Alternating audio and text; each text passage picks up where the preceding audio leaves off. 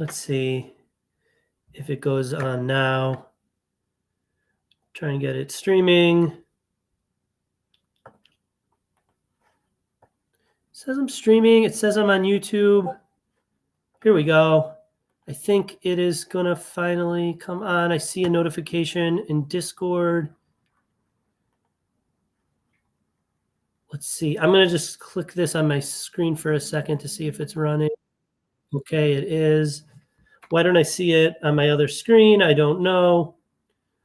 But we'll just go with it. I assume I'm on stream, so I won't be able to see chat, but that's okay. If you put something in chat, I apologize in advance. But I was saying I've been gone. I've been sick. My kid's been sick, so it's been tough. He almost had to go to the hospital. Another kid in his class had to go to the hospital. So we were back. So we start these one of two ways usually. We kind of look at projections, see where they bunch up. Now, building a lineup, doing this hand build thing, it's just sort of for fun. I mean, I think that the Sims are going to solve this math problem a lot better than I can, but it's been useful. Oh, now I see chat. Okay. Sorry for all the confusion. Get this out of here. There we go. So, it's kind of just for fun, but it's helped us identify where the chalk's kind of been, and we get to memorize the lines and stuff. But the other thing we start doing is looking at news, and there's one piece of news that's really important on today's slate, and that's going to be this Drew Doughty thing here. So, and to some extent, Fogle and Deneau, right? Because the Kings are in a great spot against the Blackhawks, and Doughty being in, I mean, he's 3K. If he comes, him at 3K is a really good value. And then if he's projected at power play 1, I don't know if DFO has him in yet, but if he goes on power play 1 at 3K in this great spot, then Doughty's going to be the top value on the slate. SaberSim does not have him in yet, and Goldie doesn't have him in yet. So we got to get him in before lock. Now, his ownership is going to be high, and that's going to be dictated to some extent by what projection systems have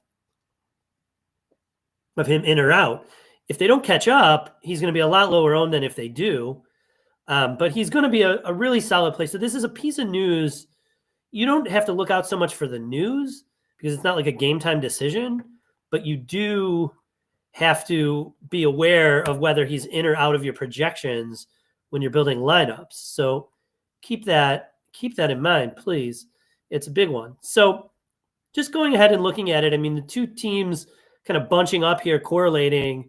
Our Florida's kind of bunching up and looking pretty good. And you get some Edmonton in here. Now, you have to play a pretty penny for Edmonton. And now, I will say, too, I did some hand building with Edmonton. Like, it's tough. It's tough to do because you want the power play and you want line 1.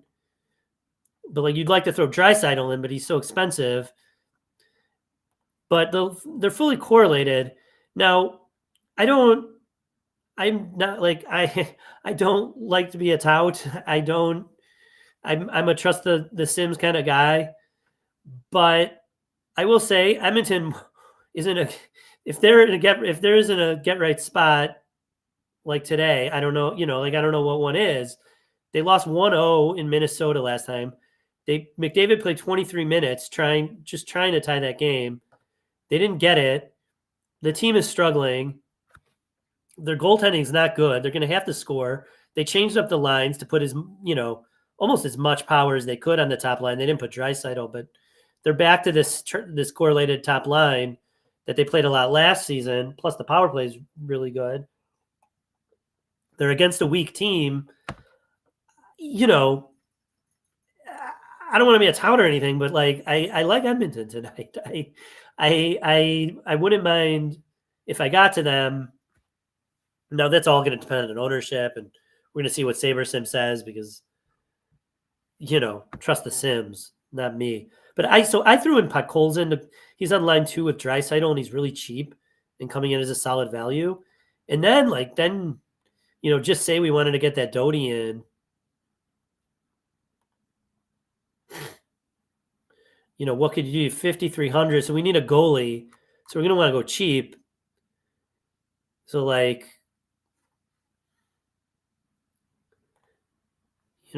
could play Hari. Oh, you know what I had done? I went all the way down to Sorokin, and then I can't show a full lineup, so I'll just insinuate it, but you could do something effective here if you see, like, you could do Druin and correlate him with Sorokin. Their odds aren't great, but like it's not like they're a huge dog, and it's not like Sorokin's not a good goalie. Colorado's good, but I don't know. What are the Islanders? $1.62 dog. So what is that, like 32% to win, something like that? We'll just devig it. 181, 162. I mean, I don't know. 36% of the time they win. It's not like you need them to win at that price. I don't know. And you get the power play guy in Drouin. He's going to be in the power play, fronting the power play in the net front. He wasn't before, so he has slightly better chance of scoring in that position. So I don't know. I'm checking some little stuff. I gotta say, I like what you could do if you just onslaught them.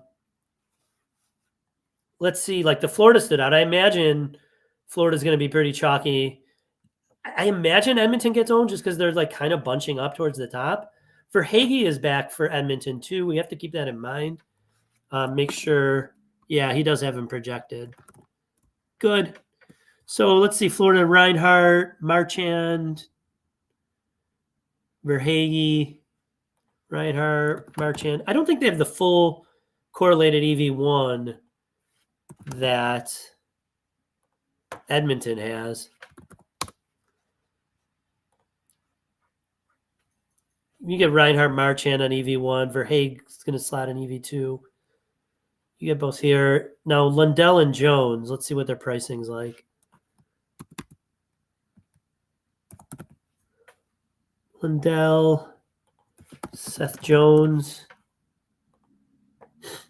Yeah, I mean it's a lot cheaper. So I imagine they're going to be owned. They're like a pretty solid play. Let's just say we went Bobrovsky. You could do Doughty.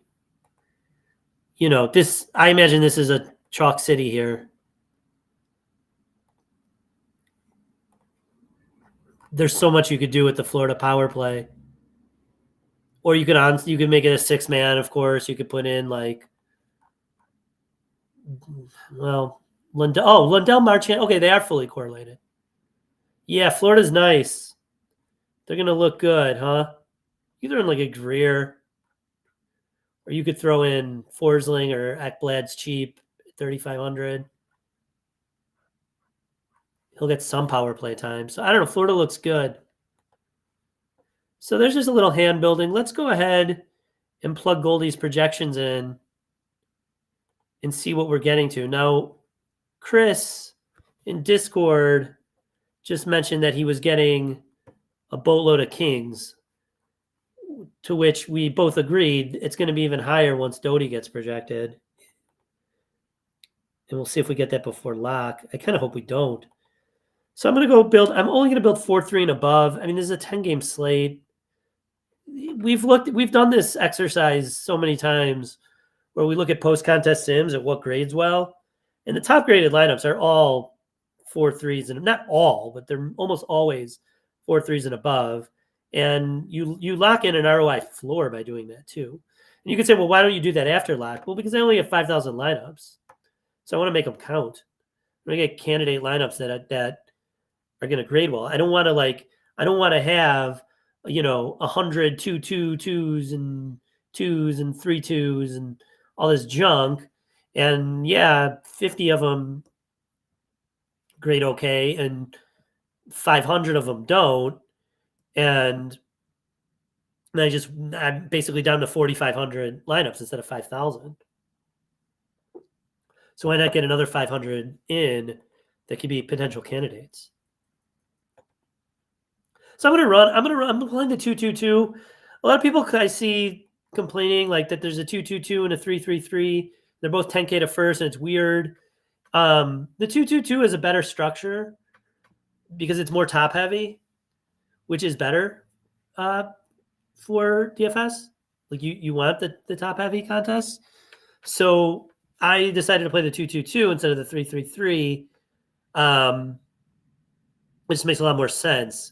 It's not really a price point thing, but it's it's way more top heavy.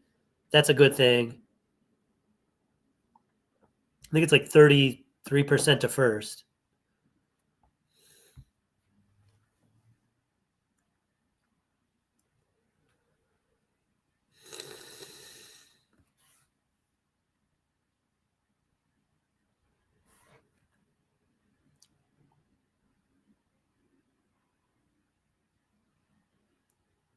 All right. So I'm going to run lineups for that and see where I get. We'll see how much kings I'm getting. I should have done for the flagship, but we'll do that tomorrow.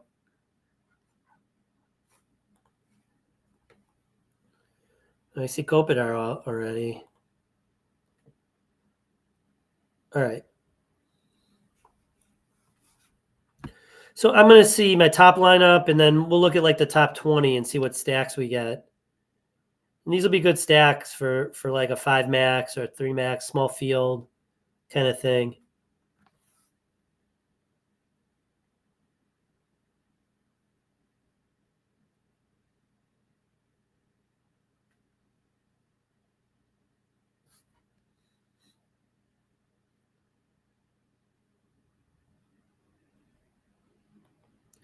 All right. So my top lineup looks like Minnesota taking on the Flames. Let's look at it. Onslaughting Minnesota. You get that Florida Ekblad in there and Paul. Let's see what our top 20 stacks look like. So I don't want this on portfolio diversifier to do this exercise, right? I just want to see the top ROIs. If I was doing diversifier, I wouldn't get just the top ROIs. I'd get a whole range of things. So you want to, if you are doing this kind of thing, oh, look at top 20 ROIs, all Minnesota. How far do we have to go down to not get a Minnesota? This is using Goldie's projections. So maybe that's why we didn't get Kings. Here we go. Onslaught's all Minnesota. All Minnesota. 4 stacks, all Minnesota. Minnesota, Minnesota, Minnesota.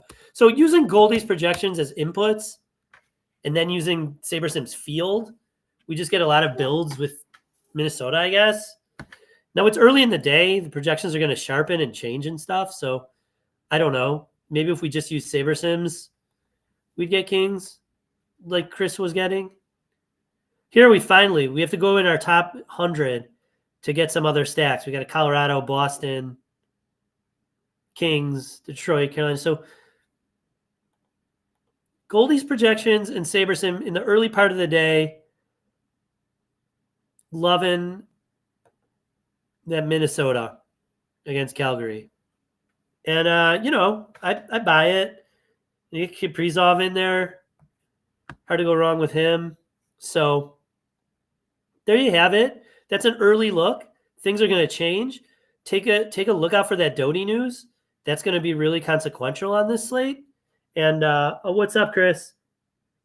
Using SaberSim projection could be, that could be why. Let's see how much of my pool is Minnesota.